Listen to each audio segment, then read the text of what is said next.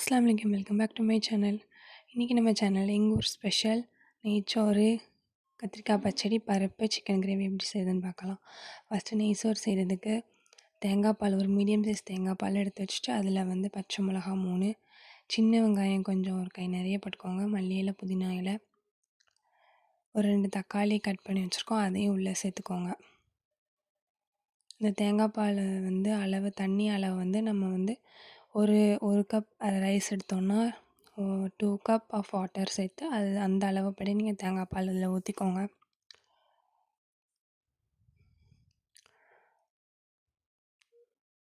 மல்லி இலை, புதினா இலை, 2 தக்காளி போட்டிருக்காங்க. அப்புறமா முந்திரியை வந்து ஊற வச்சு நம்ம அரைச்சிருக்கோம் பேஸ்ட், அதையும் இதில் சேர்த்துக்கலாம். சேர்த்துட்டு கொஞ்சம் உப்பும் சேர்த்துக்கோங்க. இப்போது நெய்ச்சோறு செய்கிறதுக்கு பாத்திரத்தை எடுத்து அதில் 3 ஸ்பூன் நெய் ஊற்றிக்கோங்க.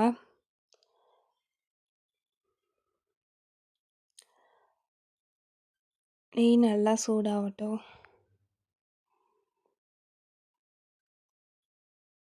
கொஞ்சமாக எண்ணெயும் ஊற்றிக்கோங்க, தேங்காய் எண்ணெய் ஊற்றிட்டு 3 பீஸ் பட்டை, 2 3 ஏலக்காய், 3 கிராம்பு போட்டுக்கோங்க. கொஞ்சம் முந்திரி திராட்சையும் போட்டுக்கோங்க. ரம்பை இலை இருந்தால் போட்டுக்கோங்க.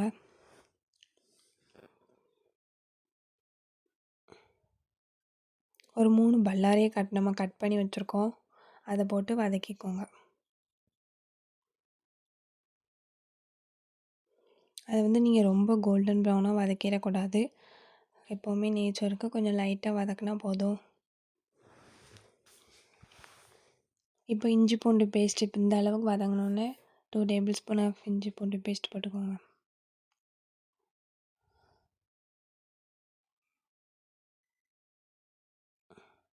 கொஞ்சமாக பட்டை, கிராம்பு, ஏலக்காய் தூள் 1 ஸ்பூன் அதையும் போட்டுக்கலாம்.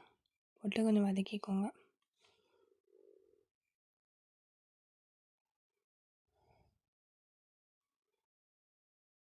இப்போ நம்ம வச்சுருக்கிற தேங்காய் பால் இருக்குல்ல, தண்ணி, அந்த இதில் ஊற்றிடலாம்.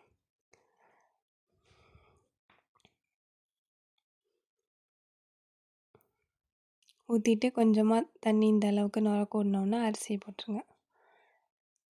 அரிசி போட்டுட்டு மூடி வச்சுட்டு கொஞ்சம் நேரம் வெந்து வரட்டும்.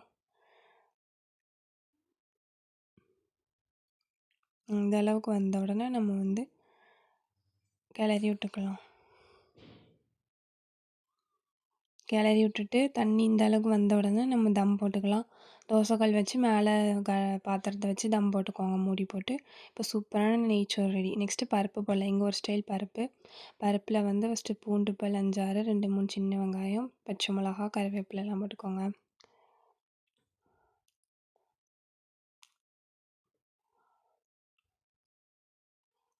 அப்புறமா தண்ணி தேவையான அளவு ஊற்றிக்கோங்க. ஊற்றிட்டு கொஞ்சமாக தேங்காய் எண்ணெய் ஊற்றிக்கோங்க. இந்த எண்ணெய் ஊற்றினா நம்மளுக்கு பொங்கி வடியாது, அதனால் கொஞ்சம் ஊற்றிக்கோங்க. க்ளோஸ் பண்ணி ஒரு 5 விசில் விட்டுக்கோங்க. சைடில் முருங்கைக்காய், கத்திரிக்காய் பருப்பு தான் போட போகிறோம். அதில் முருங்கைக்காவை தண்ணியில் போட்டுட்டு கொஞ்சம் சீரகத்தூள் ஒரு 2 ஸ்பூன், அப்புறமா சோம்புத்தூள் ஒரு 2 ஸ்பூன் போட்டுக்கோங்க. தேவையான அளவு உப்பு. இது வந்து 2 ஸ்பூன் சோம்பு, கொஞ்சம் மஞ்சத்தூள்,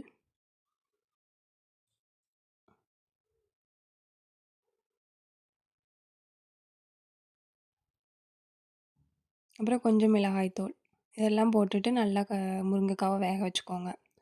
நீங்கள் குக்கரில் போட்டு வேக வச்சுக்கலாம். கொஞ்சமாக முருங்கைக்காய் கொஞ்சம் நல்லா வெந்தோடனே நம்ம நெக்ஸ்ட் கத்திரிக்காய் ஆட் பண்ணியிருக்கோம்.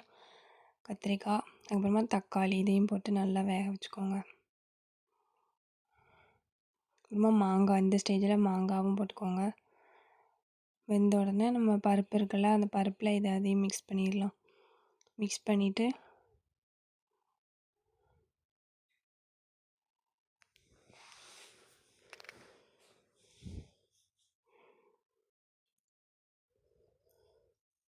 இப்போ கொஞ்சமாக புளி தண்ணி சேர்த்துக்கோங்க.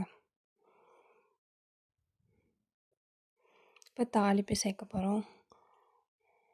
ஒரு பாத்திரத்தில் கொஞ்சமாக எண்ணெய் தேங்காய் எண்ணெய் ஊற்றிக்கோங்க.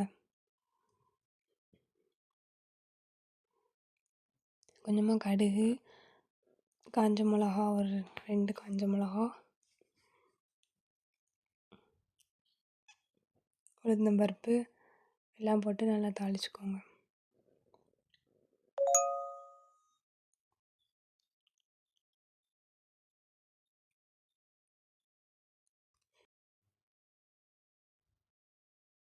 கொஞ்சம் இஞ்சி பூண்டு பேஸ்ட் ஒரு 2 ஸ்பூன் இஞ்சி பூண்டு பேஸ்ட்டு போட்டு வதக்கிக்கோங்க.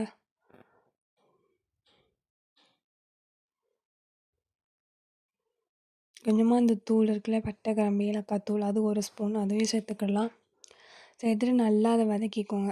இப்போ வெங்காயம், சின்ன வெங்காயம் கட் பண்ணி வச்சுருக்கோம், அதையும் உள்ளே சேர்த்துடலாம்.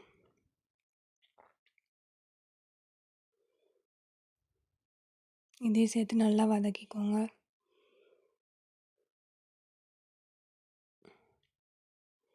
அப்புறமா கருவேப்பிலையும் சேர்த்துக்கோங்க. இதுவும் நல்லா பொரிஞ்சு வரட்டும்.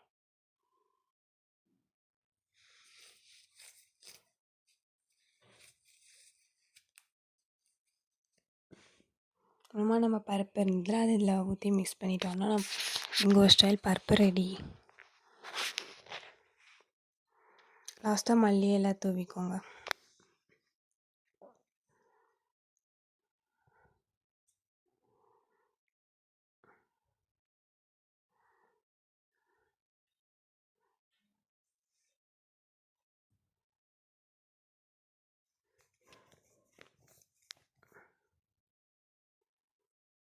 அப்புறமா பச்சடி செய்கிறதுக்கு ஒரு குக்கரில் கத்திரிக்காவை கட் பண்ணி சேர்த்துக்கோங்க.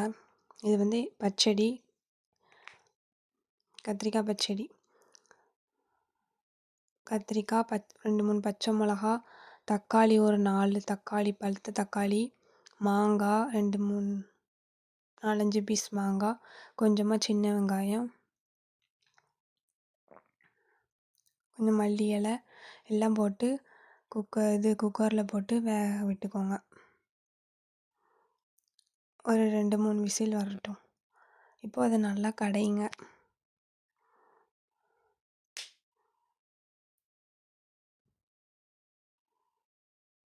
கடைஞ்சிட்டு கொஞ்சமாக தேங்காய் பூ எடுத்து அதை உள்ளே போட்டு அதையும் நல்லா மிக்ஸ் பண்ணிக்கோங்க.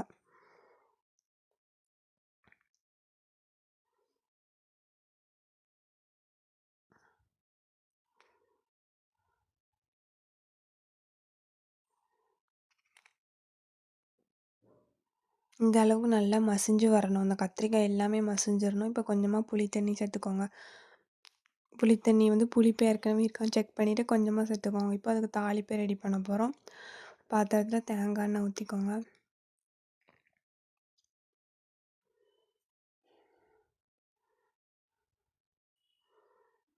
கடுகு போட்டுட்டு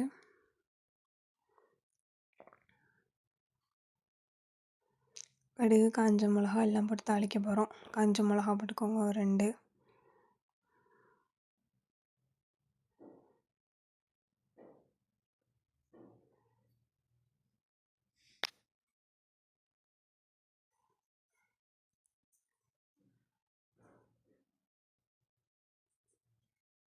உளுந்தம்பருப்பு, சின்ன வெங்காயம்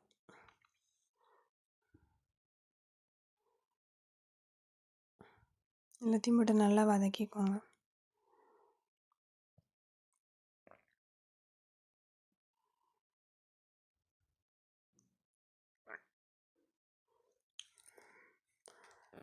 இப்போ இதுலேயும் ஒரு 2 டேபிள் ஸ்பூன் இஞ்சி பூண்டு பேஸ்ட் சேர்த்துக்கோங்க. சேர்த்து நல்லா வதக்கிக்கோங்க.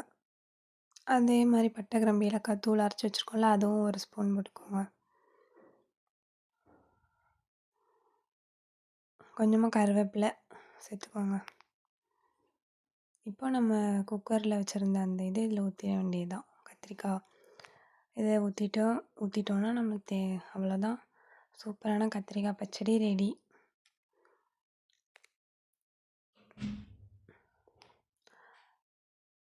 லாஸ்ட்டாக மல்லி இலை தூவிடுங்க. மல்லி இலை தூவிட்டோன்னா கத்திரிக்காய் பச்சடி ரெடி.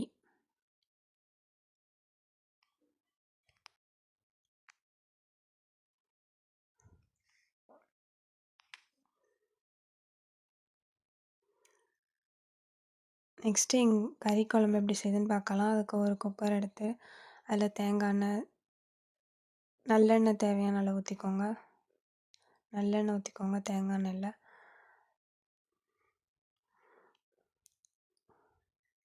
ஒரு 2 மீடியம் சைஸ் பல்லாரி இருக்குது, அதை வெட்டி வச்சுருக்கோம். அதையும் போட்டு நல்லா வதக்கிக்கோங்க.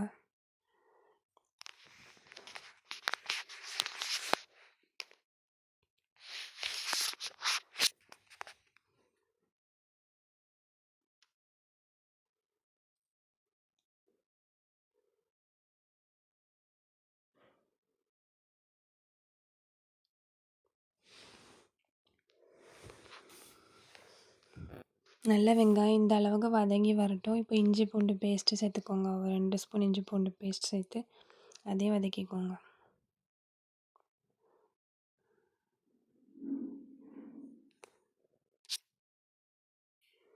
கொஞ்சமாக அந்த பிரியாணி மசாலா இருக்குல்ல, அந்த தூள் அதையும் போட்டுக்கோங்க. அதையும் போட்டு நல்லா வதக்குங்க. வதக்கிட்டு ரம்ப இலை உங்கள்கிட்ட இருந்தால் சேர்த்துக்கோங்க, இல்லைன்னா ஸ்கிப் பண்ணிக்கோங்க. நெக்ஸ்ட்டு ஒரு 3 தக்காளி கட் பண்ணி வச்சுருக்கோம், அதையும் நல்லா போட்டு வதக்கிக்கோங்க.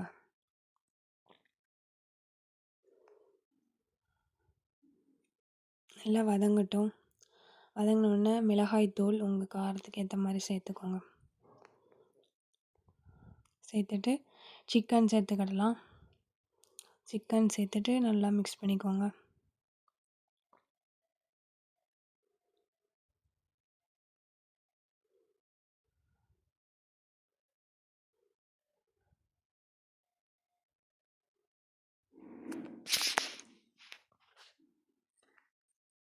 நம்ம மல்லித்தலை சேர்த்துக்கலாம்.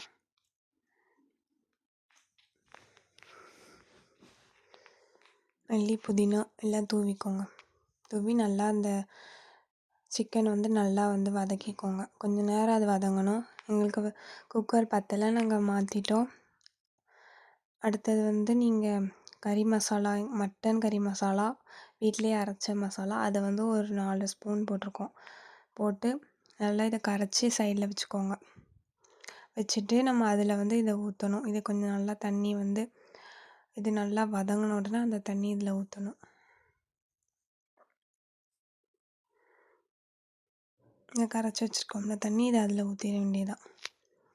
ஊற்றிட்டு நல்லா இதை வெந்து வரட்டும்.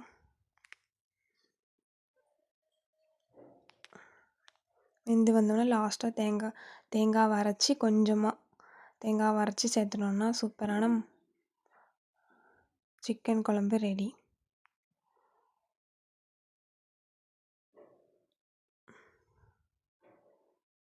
அவ்வளோதான், சூப்பரான சிக்கன் குழம்பு ரெடி. இந்த வீடியோ பிடிச்சிருந்தா லைக் பண்ணுங்கள், ஷேர் பண்ணுங்கள், கமெண்ட் பண்ணுங்கள், மறக்காமல் சப்ஸ்கிரைப் பண்ணுங்கள். தேங்க்ஸ் ஃபார் வாட்சிங்.